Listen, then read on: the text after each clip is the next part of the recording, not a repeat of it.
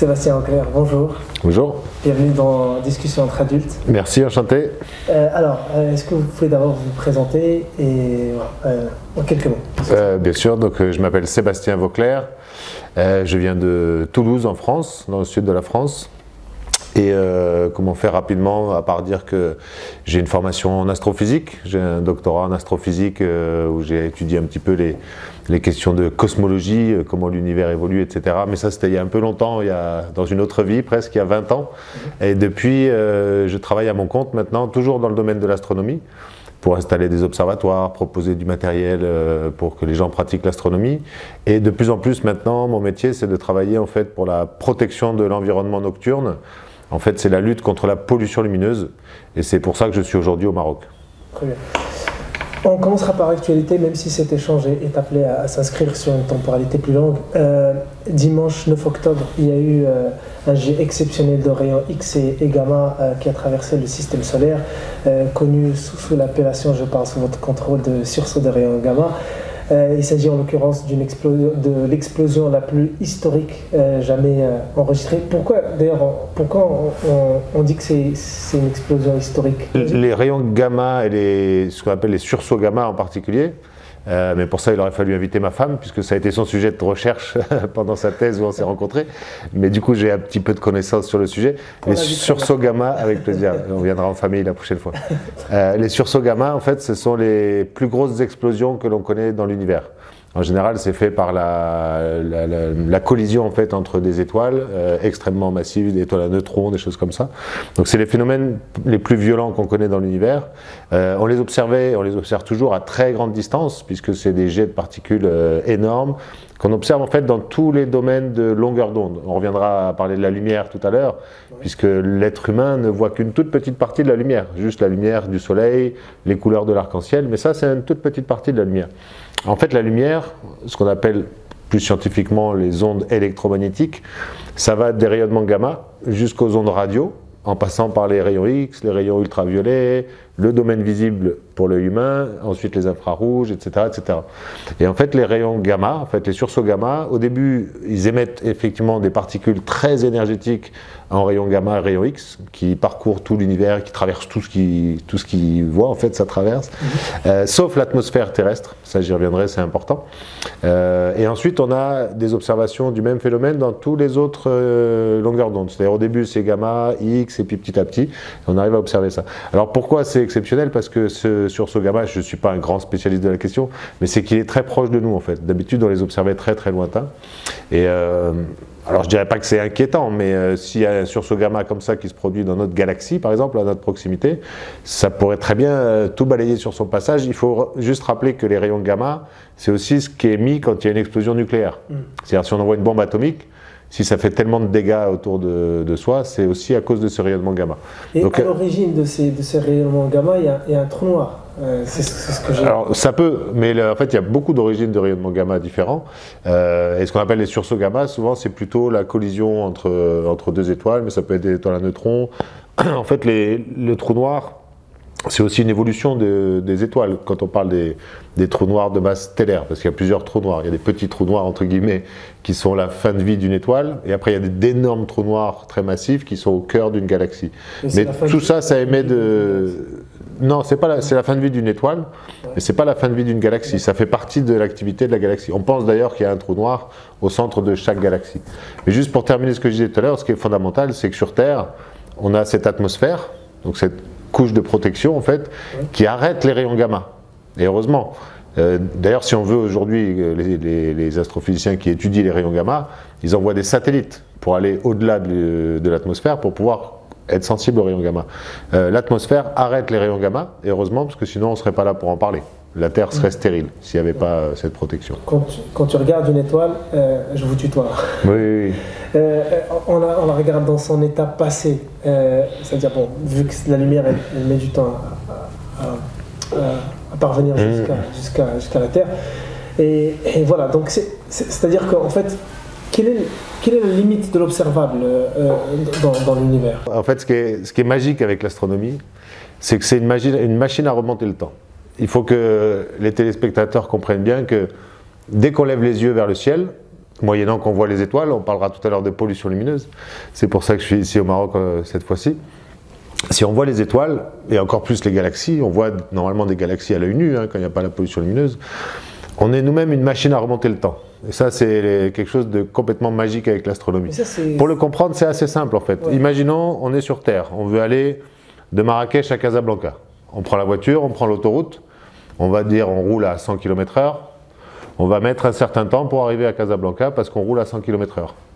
Maintenant, si je suis un photon de lumière, c'est pareil, sauf que la voiture elle va beaucoup plus vite.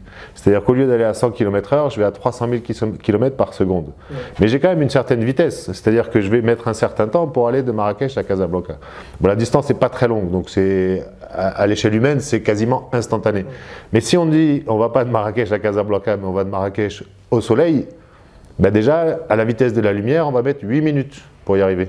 Si on va à la prochaine étoile après le soleil, on va mettre à peu près 4 ans.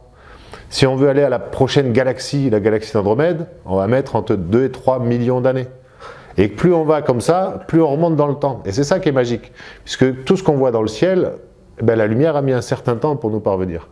Et donc ce qui est magique avec l'astronomie, c'est que si on prend, alors avec nos yeux, on est à peu près limité à ce que je viens de dire là. Avec les télescopes, on va beaucoup plus loin. Tendre vers le Big Bang. Exactement. Alors, quand on fait ça, donc avec nos yeux ils sont petits, on a des petites pupilles, on voit la galaxie d'Andromède, c'est déjà pas mal, hein, 2-3 millions d'années dans le passé, avec nos yeux, sans télescope. Si on grossit maintenant la pupille avec des télescopes plus grands, on collecte plus de lumière, donc on voit des galaxies plus loin, et encore plus loin. Et donc comme ça, on a réussi à remonter dans le temps jusqu'à peu près 13-14 milliards d'années dans le passé, et on arrive à une certaine limite, on appelle ça le rayonnement fossile d'ailleurs, c'est les premières lumières qui ont été mises après le Big Bang. Alors c'est très peu de temps après le Big Bang, on le compte en minutes, secondes, enfin c'est juste après le Big Bang, mais à ce moment-là, on sait qu'il y a une limite physique qui fait qu'au-delà de ça, on dit que l'univers était opaque. Donc là c'est un tout petit peu plus difficile à comprendre, mais à cette époque-là, l'univers c'est pas du tout ce qu'on voit aujourd'hui avec une organisation, des galaxies, des étoiles, des planètes, c'est une espèce de magma, un plasma où tout est mélangé, la matière et la lumière. Et la lumière, en fait, est sans arrêt en train d'interagir avec la matière, et entre guillemets, elle est piégée. C'est-à-dire que la lumière n'est pas libre, et donc elle ne se propage pas, comme elle est aujourd'hui. Et donc jusqu'à en fait, cette limite-là, c'est ce qu'on appelle le rayonnement fossile. Malheureusement, ce qu'on sait, c'est qu'on ne pourra jamais voir après. C'est-à-dire qu'on ne pourra jamais remonter jusqu'à ce qu'on appelle le Big Bang. Exactement, puisque à partir de là, il y a un petit moment où l'univers est complètement opaque, la lumière ne se propage pas, donc elle ne vient pas jusqu'à nous. Et d'un seul coup, les conditions ont fait que la lumière était libérée, et jusque-là, on arrive à remonter. Avant, c'est le domaine de la supputation, de la croyance, pourquoi pas. C'est ça qui est un peu génial aussi avec l'astrophysique, c'est que comme on sait qu'on n'arrivera jamais au point zéro, qui n'existe pas en tant que tel d'ailleurs, parce que même le temps n'existait pas comme ça, ben, on peut tout croire, y compris, pourquoi pas, la croyance en Dieu, etc. Donc voilà, c'est ça qui est intéressant, ça laisse une ouverture. Cette idée-là qui consiste à dire que l'univers est infini, comment toi tu l'appréhendes? Alors, l'univers est infini, on ne sait pas. Puisque, d'ailleurs, je n'ai pas tout à fait répondu à ta précédente question, parce que j'ai dit qu'on pouvait, il y a un moment, on ne peut plus remonter dans le temps parce que l'univers est opaque. Mais il y a aussi d'autres choses qu'on ne peut pas observer, on ne peut pas tout voir en fait. Parce que, comme je l'ai dit tout à l'heure, quand on regarde, on ne sait pas, on ne sait pas du tout. Parce qu'on ne peut pas observer tout l'univers. On sait, nous, on est à l'intérieur, mais tout ce qu'on peut observer, en fait, on a ce qu'on appelle un cône d'observation qui forcément va dans le passé. Comme je l'ai expliqué tout à l'heure, partout où on regarde, on regarde le passé. Ça veut dire, entre guillemets, on ne peut pas voir non plus le présent. C'est-à-dire, s'il y a des galaxies, des étoiles qui ont évolué exactement en même temps que nous, ben on ne les voit pas, parce que nous, tout ce qu'on voit, c'est dans le passé. Donc en fait, on n'a pas une vision tout à fait globale de notre univers. Moi, j'ai tendance à penser que peut-être c'est plutôt infini, mais on n'en sait rien. Peut-être c'est une bulle, peut-être il y en a plusieurs. Mais ça, pour avoir la réponse, il va falloir quelques générations de chercheurs en astrophysique encore, parce que c'est quand même une... Pourquoi ça bloque là, à ce niveau-là? Ben, ce qui bloque, c'est les difficultés d'observation. En astrophysique, comme dans tout sujet de recherche fondamentale, on peut avoir toutes les théories du monde. D'ailleurs, il y a des gens qui vendent des millions de livres pour dire qu'est-ce qui se passait avant le Big Bang. Mais c'est que de la supputation scientifique, on n'en sait absolument rien. C'est-à-dire, on peut inventer toutes les théories, tout aussi belles qu'elles soient. Il y en a qu'on arrive à prouver un petit peu, mais la seule manière de les prouver un peu, c'est d'avoir des observations. Par exemple, Newton, quand il a fait ses lois de Newton, soi-disant il a pris une pomme sur la tête, etc. On a extrapolé, on a compris peut-être qu'on allait expliquer les orbites des planètes. Et après, on a eu des observations. Qui est venu, qui est après, voilà.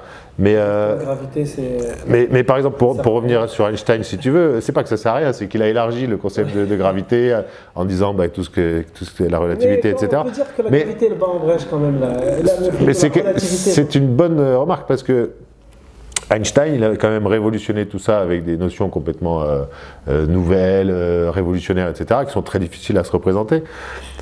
On peut se dire, est-ce que c'est pas n'importe quoi? Je veux dire, le gars, il a eu des idées, il a une belle théorie, etc.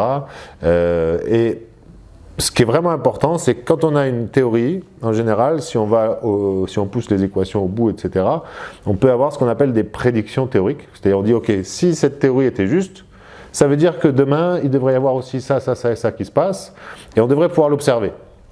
Alors c'est très compliqué, des fois on va mettre des décennies pour inventer le système d'observation, etc. Et le bon exemple, ce sont les ondes gravitationnelles, par exemple. C'est-à-dire que Einstein, qui a fait sa théorie de la relativité et de la nouvelle gravitation, quand on a poussé ça, on a dit, bon ok, justement, s'il y a des explosions type sursaut gamma dont on parlait tout à l'heure, c'est tellement violent que ça doit faire bouger l'espace-temps. Donc c'est un concept un peu compliqué.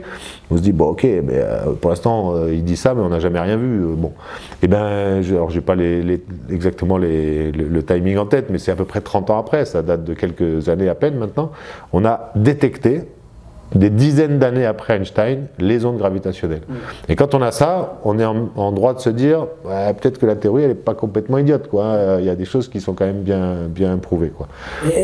Donc il faut toujours relier des observations pour essayer de valider une théorie. Sinon les théories, ça peut être farfelu, et on peut inventer tout ce qu'on veut. Est-ce qu'au bout de vos télescopes, vous arrivez à observer la relativité oui. Tu as touché du doigt. Ouais. Oui, alors de plusieurs manières.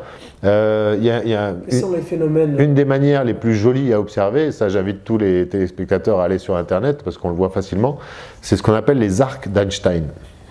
Alors on ne va pas rentrer dans le détail, mais Einstein a dit en gros avec sa relativité que si on a une grosse quantité de masse quelque part, ça déforme un peu l'univers, en fait l'espace-temps. Et donc la théorie dit que si c'est ça, imaginons qu'il y a une grosse masse, par exemple une énorme galaxie, et que derrière cette galaxie, il y a une autre galaxie. Eh bien, la théorie d'Einstein dit que la lumière qui vient, en fait, elle est déformée par la première galaxie, comme si c'était une lentille. Quand on a une lentille au bout d'un télescope ou d'une lunette, la lumière arrive dedans, elle est déformée et elle est amplifiée. C'est ça qui nous permet d'aller voir les planètes grossir, etc.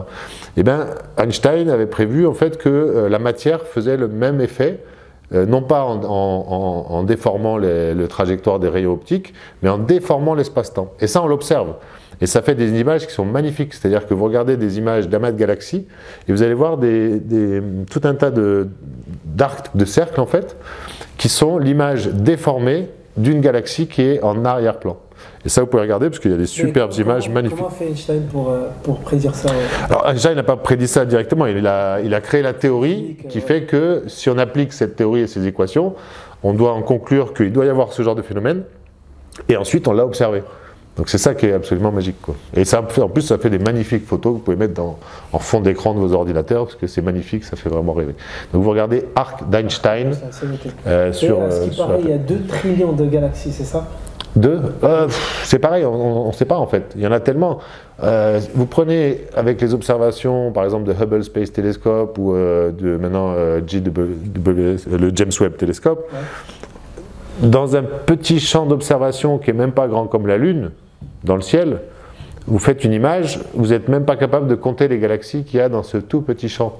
Et donc après, c'est juste un petit champ comme la Lune, donc dans l'univers entier, et comme en plus on sait qu'on ne peut pas tout observer, et si l'univers est infini, il y a une infinité de galaxies, on ne peut pas donner ce genre de chiffres.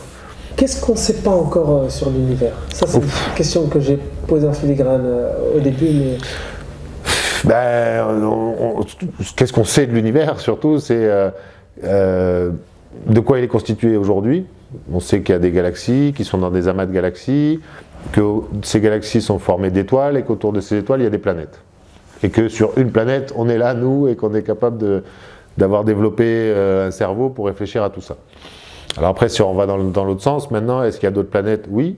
Au Maroc, on est bien placé pour le savoir. J'étais hier à Oekemden Observatory où il y a justement une collaboration avec des équipes belges pour observer les exoplanètes. Et le Maroc est très engagé dans ce genre de recherche aujourd'hui. Donc on sait qu'il y a des planètes ailleurs dans l'univers. Alors ça c'est pareil, les planètes c'est tout petit, donc les planètes qu'on observe elles sont juste à côté de nous. Donc on a des centaines, des milliers de planètes qu'on a découvertes, ça veut dire que dans l'univers il y en a des milliards et peut-être une infinité. Donc ça c'est ce qu'on sait.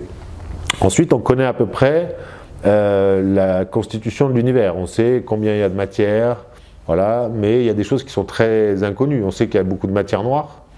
Alors ça, on arrive à la peser, entre guillemets, parce qu'on la voit indirectement, par exemple, avec les arcs d'Einstein dont j'ai parlé tout à l'heure. Et ensuite, depuis une vingtaine d'années maintenant, on pense qu'il y a en plus une énergie noire, qui serait, comme son nom l'indique, un peu mystérieuse, comme ça. On a l'impression d'être dans Star Wars quand on dit ça. Mais on pense qu'il y a l'univers qui est en train il est en expansion, ça on le sait, c'est-à-dire ça grandit. Mais on pense qu'il y a en plus une force, pour l'instant totalement inconnue, assez théorique, qui fait que plus il y a de vide, plus ça s'étend. Et donc comme il y a de plus en plus de vide, ça s'étend de plus en plus vite. Mais ça c'est déjà une grosse inconnue, c'est-à-dire qu'on appelle ça l'énergie du vide, mais on ne sait pas trop ce qu'il y a derrière. Ce qu'on ne sait pas de l'univers, c'est comment il est arrivé là, quel est le début, je l'ai dit tout à l'heure avec le Big Bang, à un moment on est bloqué par ce mur de Planck, comme on l'appelle, qui fait que la physique nous dit qu'on ne pourra jamais aller au-delà. Donc qu'est-ce qu'il y avait avant? On n'en sait rien. Qu'est-ce qui est à l'origine? On n'en sait rien. Est-ce que c'est un univers tout seul, unique, ou est-ce qu'il y a plusieurs? Comme des bulles un petit peu, le multivers. Tout ça, on n'en sait rien. Mais bon, c'est ce qui fait un peu la magie aussi du sujet. J'aimerais qu'on parle un peu de ce que vous faites au Dark Sky Lab. Quand vous faites des observations, est-ce que vous focalisez sur la galaxie, sur l'univers de manière générale? Est-ce qu'il y a un focus particulier sur Mars avec, on en a parlé la dernière fois. Ce qui est un peu compliqué, c'est qu'aujourd'hui, moi j'ai deux activités. C'est-à-dire que je suis astrophysicien de formation, mais le Dark Sky Lab en particulier que tu cites là, c'est vraiment autre chose. Alors c'est lié évidemment, mais c'est vraiment, on s'intéresse à la planète Terre là-dessus. On ne s'intéresse pas à l'astronomie. Le Dark Sky Lab, c'est vraiment la pollution lumineuse. Donc ça, on y reviendra après. Après, sur l'actualité un peu plus globale, alors moi j'ai travaillé, c'est vrai, plutôt sur des observations d'amas de galaxies avec des rayons X, donc c'était que avec des images satellites, etc. Donc c'est vrai qu'aujourd'hui la technologie apporte beaucoup à la science, donc il y a beaucoup de satellites justement qui sont envoyés. Il ne faut pas oublier, ça va introduire le prochain sujet, que la quasi-totalité des informations que l'on a, nous terriens ici, sur l'univers qui nous entoure, pour faire tout ce qu'on a dit tout à l'heure, hein, les sursauts gamma, Einstein, etc., c'est la lumière qui nous l'apporte. C'est-à-dire la seule information qui arrive jusqu'à nous, c'est la lumière. Et encore, celle qui arrive jusqu'à nous sur Terre, c'est la toute petite partie de lumière visible qui traverse l'atmosphère. Comme je l'ai dit tout à l'heure, les rayons gamma, les rayons X sont arrêtés par l'atmosphère, heureusement. Donc si on veut observer l'univers dans tous ces rayonnements-là, il faut aller dans l'espace. Donc les satellites, c'est vraiment important pour ça. Aujourd'hui, les satellites, c'est très important pour la communication. On sait que voilà, les chaînes de télé, etc., passent par les satellites. Maintenant, il y a un souci quand même, c'est comme ça que je le ressens moi, c'est que on est dans une période où on sent qu'il y a vraiment un enjeu avec l'espace, et en particulier pour les télécommunications rapides de l'avenir. Qui vont... présence massive des satellites dans l'orbite. Voilà. Et donc, enfin, déjà, il y a beaucoup de satellites, il y a des dizaines de milliers de satellites, avec un vrai problème lié aux débris spatiaux, hein, on le sait. D'ailleurs, le James Webb Télescope qui vient d'être lancé a déjà des impacts de débris spatiaux. Donc ça peut, voilà, il y a des milliards de dollars qui sont investis, des gens qui travaillent pendant 30 ans, et juste parce qu'il y a trop de trucs là-haut et que c'est pas nettoyé, entre guillemets, les débris peuvent exploser un satellite complètement. Est-ce que c'est des débris de satellites qui... Oui, souvent, alors il y a des dizaines de milliers de débris hein, là-haut qui traînent. Alors ça peut être, par exemple, un outil... Des astéroïdes, non ouais, mais en général, on n'est pas sur les mêmes orbites. En général, vraiment, quand on est sur les orbites utilisées par les humains, c'est plutôt des déchets humains. En fait, hein. Donc il y a par exemple des petites pièces mécaniques qui peuvent être perdues par des astronautes, par exemple, qui font une mission sur un satellite ou autre, voilà, par exemple. Mais on a vu, alors je sais plus, c'est les Chinois ou les Russes, je sais plus, qui ont fait une démonstration de force pour montrer qu'ils étaient capables d'exploser un satellite en vol. Donc il y a quelques années, ils ont explosé un satellite. Mais ça, c'est une folie, parce que ça veut dire quand on casse un satellite, ça fait des milliers de petits débris. Et chacun de ces débris-là peut ensuite, ça peut être totalement exponentiel. C'est-à-dire que les débris ils peuvent aller casser un autre satellite qui lui-même va exploser, qui va faire des débris, etc. Mais l'autre enjeu aussi, c'est aujourd'hui, comment dire, la mainmise un petit peu sur ce qu'on appelle l'orbite basse par les constellations de satellites. Parce qu'aujourd'hui, on va avoir besoin de plus en plus de communications très rapides, en particulier pour des transactions financières, par exemple, pour la bourse. Donc là, on parle vraiment de capitalisme à l'extrême, c'est-à-dire aujourd'hui, pour faire des ordres de transactions boursières, on travaille à la nanoseconde près pour être le plus rapide, etc. Et on pense que l'avenir, ça va être certainement d'utiliser les communications satellites pour faire ça. Et aujourd'hui, moi, il y a un vrai problème quand même, et c'est un problème d'organisation internationale, hein. Il n'y a pas de législation de l'espace, en fait. C'est-à-dire qu'aujourd'hui, les pays ne sont pas capables de s'entendre pour dire, OK, dans l'espace, on ne fait pas n'importe quoi. Ça se comprend, hein, on va faire discuter aujourd'hui les Américains avec les Russes pour s'entendre. Voilà, on est dans une situation géopolitique qui fait que c'est pas la priorité. Bon. Mais le problème, c'est qu'aujourd'hui, on a un mec qui arrive, Elon Musk, pour citer que lui par exemple, mais ça peut être Jeff Bezos, ça peut être tout un tas d'autres, enfin tout un tas, il n'y en a pas tant que ça qui ont les moyens de le faire. Mais il faut savoir que Elon Musk, à lui tout seul, tout milliardaire qu'il est, a prévu d'envoyer en quelques mois ou années plus de satellites lui-même que toute l'humanité entière depuis le premier satellite Sputnik. Et alors le problème que ça pose, c'est qu'en gros, il va mettre la main en exclusivité finalement sur l'orbite basse. Parce que vu que c'est le premier à le faire... Lui, il envoie quoi? Ses satellites à lui? Il envoie des Bien sûr que si. C'est des projets privés. Oui, mais c'est ses propres projets à lui, c'est Starlink. Alors après, lui, il s'occupe du transport, surtout. Et il fabrique les satellites et il les envoie. Oui. Non, c'est son projet à lui. C'est sa constellation de satellites pour vendre ses solutions de télécommunication à lui, etc. Okay. Après, il participe, puisque maintenant, attention, là où tu as raison, c'est que... Avec la diminution des coûts économiques et avec les fusées réutilisables, etc. Alors le truc, c'est que comme il est... Alors après, ce qu'il fait est quand même exceptionnel, il faut le dire, techniquement parlant, etc., il n'y a pas de problème. Ouais. Mais le problème, c'est que comme, en gros, Donald Trump a applaudi très fort, il lui a dit OK, en gros, il lui a presque donné les clés de la NASA, puisque aujourd'hui, il n'y a que même Thomas Pesquet, il est parti dans la station internationale avec une fusée d'Elon Musk. Donc il a aujourd'hui une légitimité comme ça, puisque c'est le seul à être capable finalement de faire ce genre de choses. Et technologiquement, c'est exceptionnel. Mais est-ce que ça lui donne le droit de prendre de facto, de force, j'ai envie de dire, l'exclusivité sur l'orbite basse? Non. Pour moi, c'est un problème, parce que ça veut dire aussi que demain, quand on va devoir utiliser les satellites pour la communication rapide, etc., on n'aura pas le choix. On sera obligé d'aller... Et ça, je trouve pas ça normal. Parce que c'est quand même aussi l'avenir de la planète qui est, du coup, entre ses mains. Et alors, il y a pour moi un autre sujet, tu parlais de Mars, vite fait, c'est pas non plus ma spécialité, mais je pense qu'il y a un très gros danger avec ça. C'est que, je le dis pas méchamment, mais je pense que ce mec est fou. Alors il y en a qui diront qu'il est fou dans la bonne manière des choses, un peu génial, ce qui est vrai, mais il y a aussi un vrai danger pour la planète et pour la survie de la planète. Et là aussi, ça va rejoindre le prochain sujet de la pollution lumineuse et de la protection de notre planète. Ouais. Honnêtement, aujourd'hui, de tout ce que j'en sais moi, je ne suis pas spécialiste de la planète Mars, mais j'ai des copains qui le sont et j'ai un peu de connaissances dans le sujet. Honnêtement, on n'ira jamais vivre sur Mars. Il faut arrêter de croire ce genre d'utopie-là. Ouais. L'être humain ne pourra pas aller vivre sur Mars. Et Elon Musk, qu'est-ce qu'il dit? Il dit en gros, la planète Terre, c'est mort. On a tout pourri, mais maintenant, l'avenir, de toute façon, c'est trop tard. Donc maintenant, on va aller coloniser Mars. C'est quoi le danger? C'est que les gens qui le croient, et il y a énormément de gens qui le croient, c'est presque un gourou aujourd'hui, Elon Musk, sur ces sujets-là, et les gens qui le croient, qu'est-ce que ça veut dire? Ça veut dire, bon ok, maintenant on sait que c'est mort, donc on ne fait plus d'efforts. Donc on va jeter nos papiers par terre, on va continuer à faire de la lumière n'importe comment, on va continuer à polluer, puisque de toute façon, l'avenir, c'est Elon Musk qui va nous emmener sur Mars.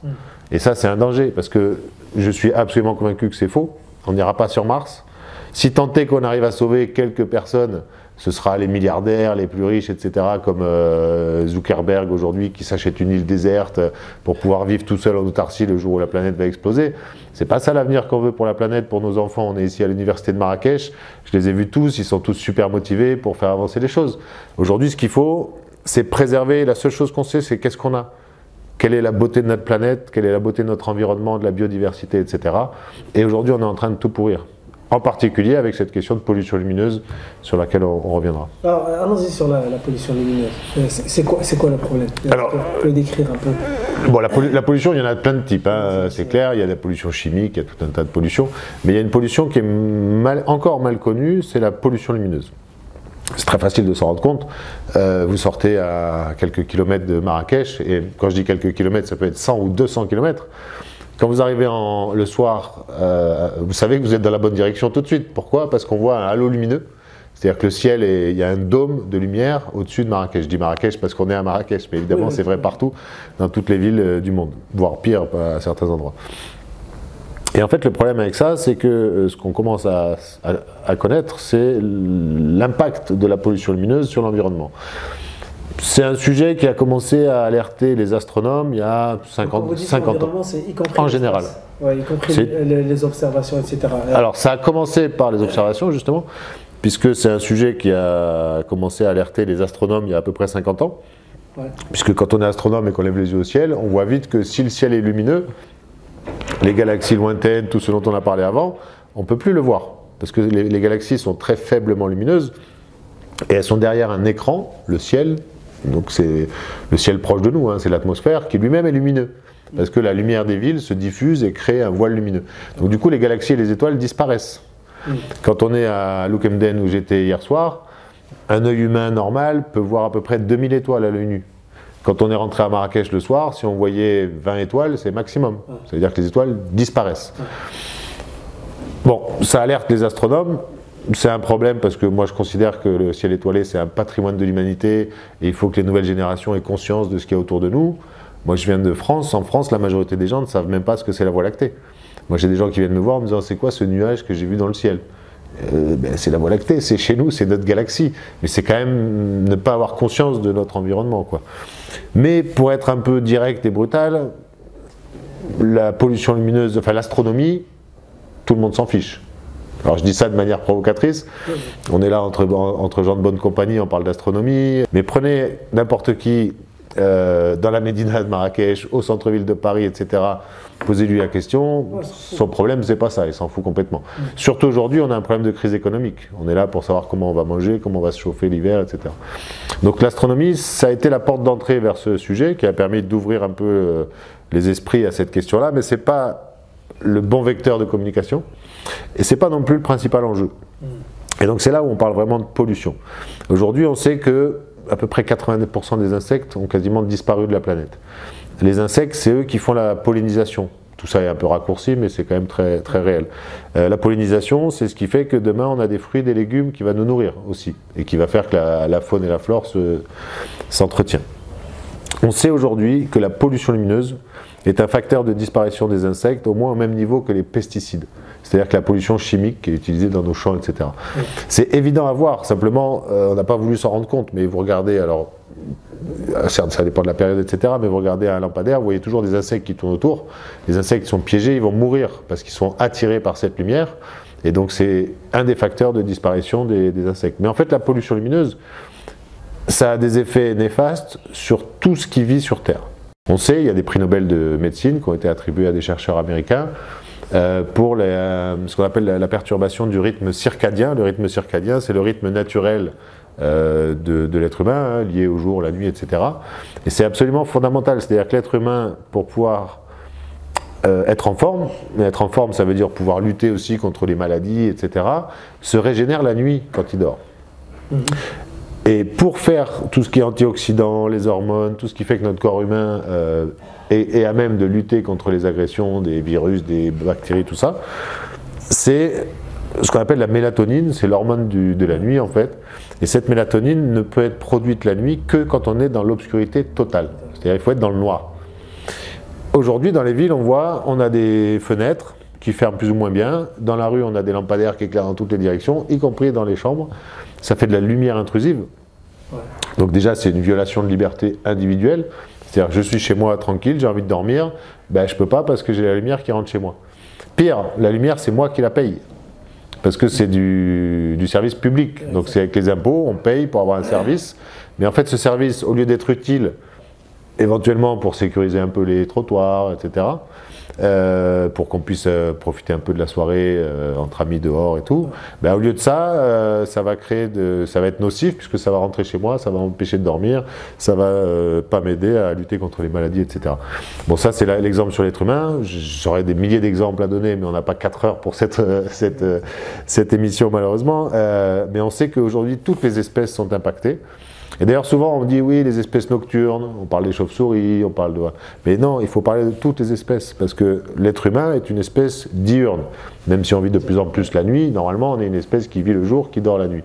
Et toutes les autres espèces qui vivent le jour et qui dorment la nuit ont besoin de la nuit avec l'obscurité totale. Donc il ne faut pas parler que des espèces nocturnes, c'est réducteur, c'est toutes les espèces. Donc c'est quelque chose qui est extrêmement nouveau. Même nous qui sommes assez spécialistes de la question, on se préoccupe de la pollution lumineuse pour la biodiversité depuis à peine 10 ans en fait. C'est-à-dire que pendant toutes des décennies où on a commencé à parler de pollution lumineuse, on n'en parlait que en tant qu'astronome par rapport au ciel étoilé. Alors qu'en fait le véritable enjeu, il est par rapport à la biodiversité. Parce que le ciel étoilé, comme on l'a dit, entre guillemets, tout le monde s'en fout. Et ce qui est important pour l'avenir de l'humanité, certes, le ciel étoilé, c'est important, mais ce qui est important, c'est avant tout qu'on ait encore une biodiversité qui nous permette de vivre, quoi. Vous avez lu le capitalisme à l'assaut du sommeil, non? Non, malheureusement, celui-là, ouais. Et justement, en France, les politiques, ils vous écoutent? Alors, la France aujourd'hui, oui, je dois dire que, d'ailleurs, on peut le dire avec un peu de fierté, mais la France est aujourd'hui le pays le plus avancé au monde en termes de lutte contre la pollution lumineuse, de prise en compte de ce problème. Et une législation qui... Alors, il y a plusieurs choses. Premièrement, il y a une législation maintenant en France depuis 2018, pardon. Alors, je ne vais pas rentrer dans les détails de la législation française, mais il y a des choses très simples. C'est aujourd'hui, si vous installez un point lumineux dans l'espace extérieur, il doit... Public. Ah oui, bien sûr. Alors, c'est éclairage extérieur, donc public, privé, il y a quand même, ça touche quand même le privé. Okay. Alors, les règles de base, c'est simple. C'est l'éclairage, il doit éclairer que vers le bas. Ça paraît évident. C'est évident, comme j'ai dit tout à l'heure, ça ne doit pas éclairer vers le ciel, ça ne doit pas éclairer chez les gens, ça doit éclairer que vers le bas. Ça, c'est quand même le truc de base. Mais aujourd'hui, c'est écrit dans la loi en France. C'est-à-dire qu'aujourd'hui, on n'a pas le droit d'installer un lampadaire qui éclaire sur les côtés, qui éclaire... Décembre 2018. Ah oui, d'accord, voilà. Juste avant la... Et c'est d'application obligatoire depuis le 1er janvier 2020. Donc ça fait bientôt 2 ans maintenant que tous les points lumineux qui sont installés en France n'éclairent que vers le bas. Deuxième chose extrêmement importante... C'est un investissement massif à l'échelle nationale, je suppose. Parce que... Oui et non, parce qu'on arrive en fait à, et c'est le cas aussi au Maroc, hein, on arrive en fait à un peu un bout de cycle. Non, vous commencez. C'est-à-dire, toi tu as l'exemple de Marrakech, où effectivement il y a eu quand même déjà pas mal de travail. Mais en réalité, hier je suis allé à Ouekemden et on s'est baladé dans toute la campagne de nuit, et ça n'a pas été modifié. C'est-à-dire que, mais tant mieux, à la limite tant mieux. Ce que je dis, ça fait 3 jours que je donne une formation justement aux gens qui travaillent là-dessus. Je dis à la limite tant mieux parce qu'il vaut mieux partir de loin et de faire tout de suite les bonnes rénovations. Et si possible, éviter d'appliquer les mêmes erreurs que nous on a fait en France avant vous. Puisque nous on sait qu'on a un peu d'avance mais on a fait des erreurs. Profitez-en pour ne pas les reproduire. Alors, effectivement, tu parles de LED blanche, ça c'est très important. Le deuxième point de la législation en France, c'est qu'on a obligation d'installer des LED dites avec des couleurs chaudes, c'est-à-dire avec une couleur plutôt orangée, un peu doré orangé, pas très blanc. Pourquoi? Je ne vais pas rentrer dans trop de détails, mais s'il y a de la lumière blanche, ça veut dire que dans le spectre d'émission de cette lumière blanche, il y a beaucoup de bleu. C'est ce bleu en fait qui fait une lumière blanche à l'arrivée, puisque toutes les couleurs sont mélangées. Le bleu, ça pose tous les problèmes possibles. Juste pour bien l'illustrer, aujourd'hui il fait super beau à Marrakech, le ciel est bleu. C'est pas pour rien que le ciel est bleu. Le soleil, lui, on le sait, quand il y a un arc-en-ciel, il y a toutes les couleurs dans l'arc-en-ciel, hein, du rouge au vert, au violet, etc. Mais quand la lumière du soleil arrive dans l'atmosphère, qu'est-ce qui se passe après dans l'atmosphère avec ce qu'on appelle la diffusion? C'est essentiellement la couleur bleue qui est diffusée. Alors que toutes les couleurs arrivent, mais les interactions entre la lumière du soleil et l'atmosphère fait que c'est le bleu surtout qui est diffusé, parce que la composition de l'atmosphère est comme ça. Donc si demain on remplace tous les vieux éclairages, pour simplifier on va dire au sodium, c'est-à-dire ces éclairages orange, en LED très bleu, comme c'est le cas à Marrakech ici, on va multiplier la diffusion, puisque la diffusion dans l'atmosphère est beaucoup plus efficace avec le bleu. Donc on a l'impression qu'on fait des économies, ce qui est vrai, parce que les LED consomment beaucoup moins, mais on peut faire beaucoup plus de pollution lumineuse. Aujourd'hui, moi ce que j'aime bien dire, en France on parle beaucoup de sobriété énergétique, parce qu'il y a la guerre, Ukraine, Poutine qui a fermé le robinet, bon on a des problèmes, on ne sait pas comment les communes vont boucler les budgets, chauffer les piscines, chauffer les lycées, les écoles. Aujourd'hui, on parle de sobriété énergétique partout. Moi, je préfère parler de sobriété lumineuse. Parce qu'on a un problème, c'est que si on fait que sobriété énergétique, c'est-à-dire si le seul objectif c'est de gagner des sous, naturellement on va mettre des LED bleues, parce que c'est celles qui sont les plus économes. Mais du coup on va créer plus de pollution lumineuse, c'est ce qu'on va appeler l'effet rebond, c'est-à-dire que il y a une nouvelle technologie, c'est pas cher, donc on va aller vers ça. Mais en fait, on va créer encore plus de problèmes. Parce que si on met des LED bleus, ben, ça va diffuser encore plus. Le bleu, c'est aussi ce qui a le plus d'impact pour l'environnement, pour la biodiversité. Et le bleu, c'est aussi ce qui perturbe le plus l'endormissement des êtres humains et la mélatonine.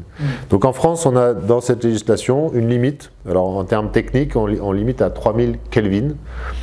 Alors, je ne vais pas rentrer dans les détails de cette notion-là, mais aujourd'hui, tout le monde en a à peu près conscience que si vous allez chez le supermarché du coin, vous achetez une ampoule pour mettre dans votre salon, vous allez acheter une certaine température de couleur. 2700 Kelvin, 3000 Kelvin. En France, c'est 3000 Kelvin le maximum. En dessous de 3000 Kelvin, on va dire que c'est de la lumière orangée chaude.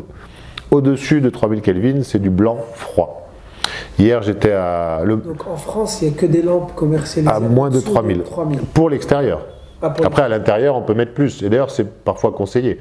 C'est-à-dire, si on veut bien se réveiller le matin, il vaut mieux une LED plus bleue. Ouais. Mais en fait, tout ça est naturel. C'est-à-dire que dans la journée, normalement, le matin, le jour se lève, la lumière est de plus en plus forte, avec du bleu parce que le ciel est bleu, parce qu'il fait jour. Le soir, le soleil couchant, on arrive vers le orange, le rouge, et on va se coucher.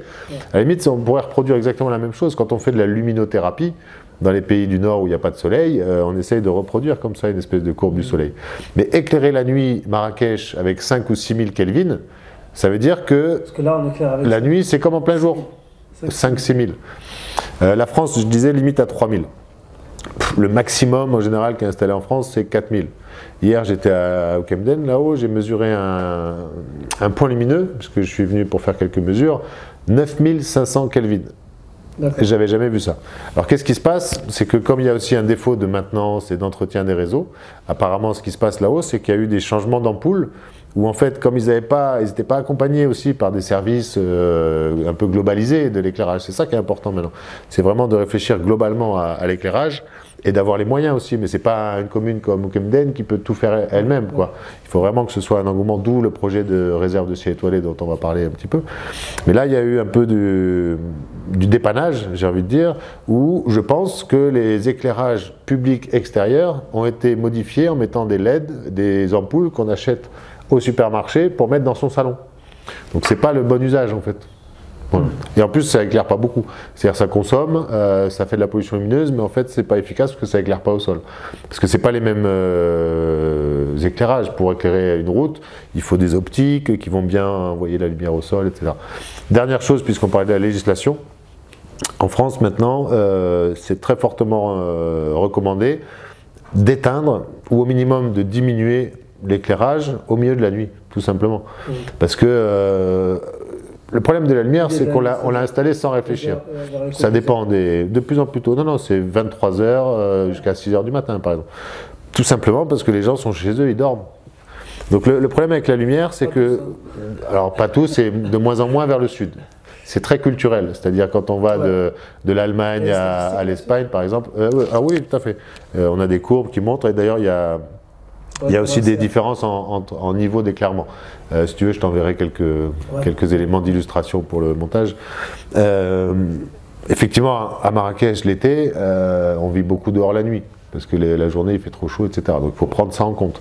Mais jusqu'à maintenant, on a juste dit, bon, ok, on fait de l'éclairage public, ça coûte pas cher, on met des lampadaires, on les allume, un point, c'est tout.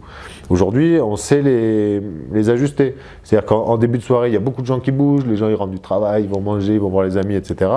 Et plus on avance dans la nuit, plus l'activité baisse quand même. Alors c'est vrai que si on est dans le nord, les gens à 21h ils sont au lit. Si on est à Marrakech, c'est pas tout à fait le cas, donc il faut l'ajuster. N'empêche qu'en milieu de la nuit, on a besoin de moins de lumière qu'au début de la nuit, c'est sûr. Donc il y a aussi une forte incitation à éteindre tout simplement l'éclairage quand on n'en a pas besoin. Ou au moins le diminuer en ajustant en fait par rapport aux vrais usages de l'espace public.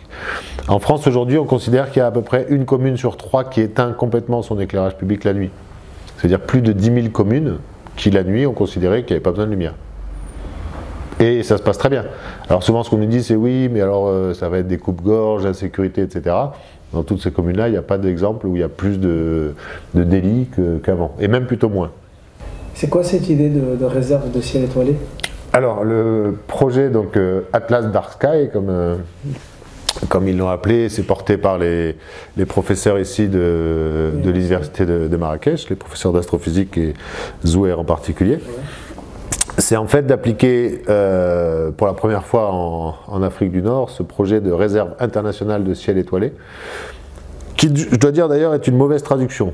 Parce qu'au départ, le vrai label, qui est international, s'appelle International Dark Sky Reserve. Ça veut dire réserve internationale de ciel noir, qui, par rapport à ce que j'ai dit avant, englobe plus de choses. C'est-à-dire qu'on n'est pas que des astronomes qui veulent protéger son petit trésor, les étoiles, c'est le ciel noir, donc c'est l'environnement nocturne, l'obscurité naturelle, comme je dis aujourd'hui, qui est en fait un patrimoine universel, l'obscurité naturelle, il faut la préserver.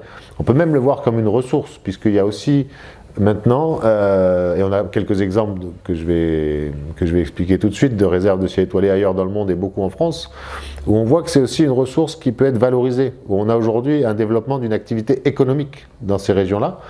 Et je dois dire que hier j'étais à Oekemden, c'est un endroit à rêver pour ça. C'est-à-dire tout est là pour ça, c'est une station de ski, alors on sait qu'aussi l'activité hivernale a des problèmes parce qu'il y a de moins en moins d'enneigement. Demain il y a une solution évidente, c'est de développer l'astrotourisme à Oekemden, c'est très facile d'accès, les Français peuvent venir très facilement aujourd'hui, c'est pas très cher, on peut aller facilement là-bas, et ça attire du monde. Et quand on dit ça attire du monde, ça veut dire que ça crée de l'emploi évidemment. Les restaurants, les hôtels, les activités, les guides de montagne qui vont faire des randonnées aussi, etc. Alors une réserve internationale de ciel étoilé, c'est un concept donc international qui a été pour la première fois appliqué au Québec, autour d'un observatoire qui s'appelle le Mont Mégantic. Alors l'idée en deux mots, mais c'est un peu comme un parc national. C'est-à-dire que vous avez une zone cœur, c'est-à-dire une zone vraiment où on a un ciel étoilé exceptionnel, de très grande qualité. Il faut le prouver par des mesures, etc. Et autour de cette zone cœur, on crée une zone tampon qui fait 700, 1000 km² à peu près, pour donner une idée, un peu comme un parc national. Et cette zone tampon, qui va englober des villages avec des points lumineux, etc., doivent s'engager à améliorer finalement, à réduire la nuisance lumineuse, c'est-à-dire à améliorer l'éclairage, par rapport au flux vers le bas, à la température de couleur, tout ce qu'on a dit avant, éteindre la nuit, etc., pour préserver le ciel étoilé de cette zone cœur. Alors, l'obscurité naturelle plutôt de la zone cœur. Et donc c'est pour le bénéfice au départ des étoiles, mais surtout de la biodiversité, etc. D'où l'intérêt d'associer d'ailleurs le parc national Toubkal à ce projet. Alors, aujourd'hui, pour donner un peu des ordres de grandeur, alors je ne suis pas forcément tout à fait à jour, mais il y a à peu près 150 ou 200 demandes de labellisation réserve de ciel étoilé qui ont été faites dans le monde entier. Il y en a 20 qui ont été officialisées, labellisées. Donc déjà ça montre que c'est un certain challenge, quoi. C'est pas juste on dit on fait une réserve, pop pop. C'est un vrai gros dossier, et comme j'ai dit dans les formations, c'est avant tout un projet territorial. C'est-à-dire que ce n'est pas juste nous ici astronomes avec des mesures, etc. Ça implique aussi la société civile, la politique, les techniciens, la société civile, tout le monde. Et si tout le monde n'est pas impliqué, on n'y arrive pas. C'est-à-dire que ce n'est pas l'observatoire astronomique, il existe déjà, on fait des mesures, on dit voilà, mais si on fait ça, si demain les politiques disent on va tout éclairer 20 fois plus, on n'aura aucun moyen d'action. Alors que si on crée ce projet, c'est vraiment un projet territorial. C'est pour ça que je parlais aussi de développement économique, parce que c'est fondamental. Il faut que les communes s'engagent, il faut que toutes les communes de la zone tampon s'engagent, et qu'elles trouvent leur intérêt aussi. C'est-à-dire qu'il y a un gros travail de sensibilisation. Déjà, on leur explique pourquoi c'est important pour eux, pour les populations locales, etc., de faire ça. D'abord pour leur santé, pour leur environnement, etc. Et puis pourquoi pas aussi pour développer une activité économique qui va leur permettre de profiter de ça, évidemment. Voilà. Et donc les réserves de ciel étoilé, je disais, il y en a une vingtaine dans le monde, et on est quand même très fiers, puisque sur les 20 dans le monde, il y en a 4 en France, déjà labellisés, et on est en train de travailler sur 2 ou 3 nouveaux projets, qui fait aujourd'hui, on parlait en termes législatifs, mais en termes d'engagement de territoire, la France est largement aussi le pays le plus engagé au monde sur ce sujet. Donc c'est aussi à ce titre, et par l'amitié que j'ai en général avec le Maroc et avec les astronomes marocains depuis bien des années, que je suis venu ici pour quelques jours pour aider l'équipe un peu à passer la seconde un peu sur ce projet, puisque ça fait maintenant 3 ou 4 ans que le projet est initié, il y a eu pas mal de choses de faites, une fondation créée, etc. Mais c'est vrai qu'avec le Covid, ça a un peu compliqué les choses, puisque c'est maintenant, on rentre dans la deuxième phase qui est une phase technique, c'est-à-dire vraiment l'inventaire de tous les points lumineux, savoir comment ils sont, est-ce qu'ils sont conformes ou pas, comment on va pouvoir les rénover, et la phase de concertation, comme on dit, c'est-à-dire de rencontre avec les élus, les techniciens, les usagers en général. Ça va prendre combien de temps? C'est une estimation.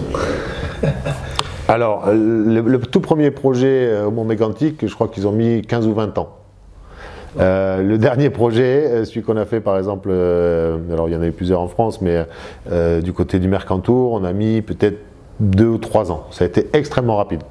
Mais tout dépend de la volonté politique. Ouais. C'est-à-dire que là-bas, on avait tout de suite, ça venait d'en haut, on disait ok, ce projet-là, on le veut, donc maintenant, vous faites tout ce qu'il faut pour. Si demain le roi du Maroc décide que c'est un projet fondamental pour le développement du Maroc, pour l'engagement dans les projets de développement du Maroc, etc., qui ont été engagés, si on considère aujourd'hui à un très haut niveau politique que c'est un projet fondamental, bon, ben demain c'est fait. Dire dans 6 mois c'est réglé. Moi je reviens, on fait tout, on va faire l'inventaire complet, on prend une semaine ou 2 ou 3 ici, on fait tout l'inventaire.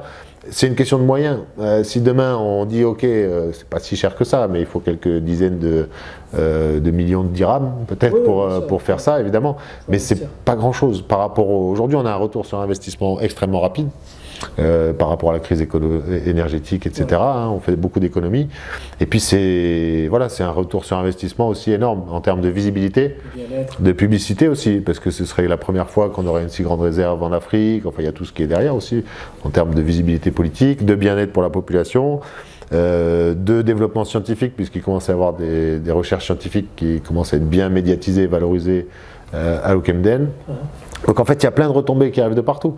Donc si on arrive à convaincre les décideurs que c'est un projet fondamental, honnêtement, c'est pas beaucoup d'investissement. Hein. Il y a 2000 points lumineux à changer peut-être, à rénover.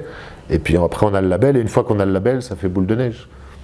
Et d'ailleurs, il pourrait y avoir d'autres réserves après au Maroc. Hein. Là, on parle de l'Atlas marocain parce qu'il y a l'observatoire Ookemden, mais évidemment il y a le désert, évidemment il y a d'autres zones qu'on pourrait au sud, à l'est, sud-est du pays par exemple, etc.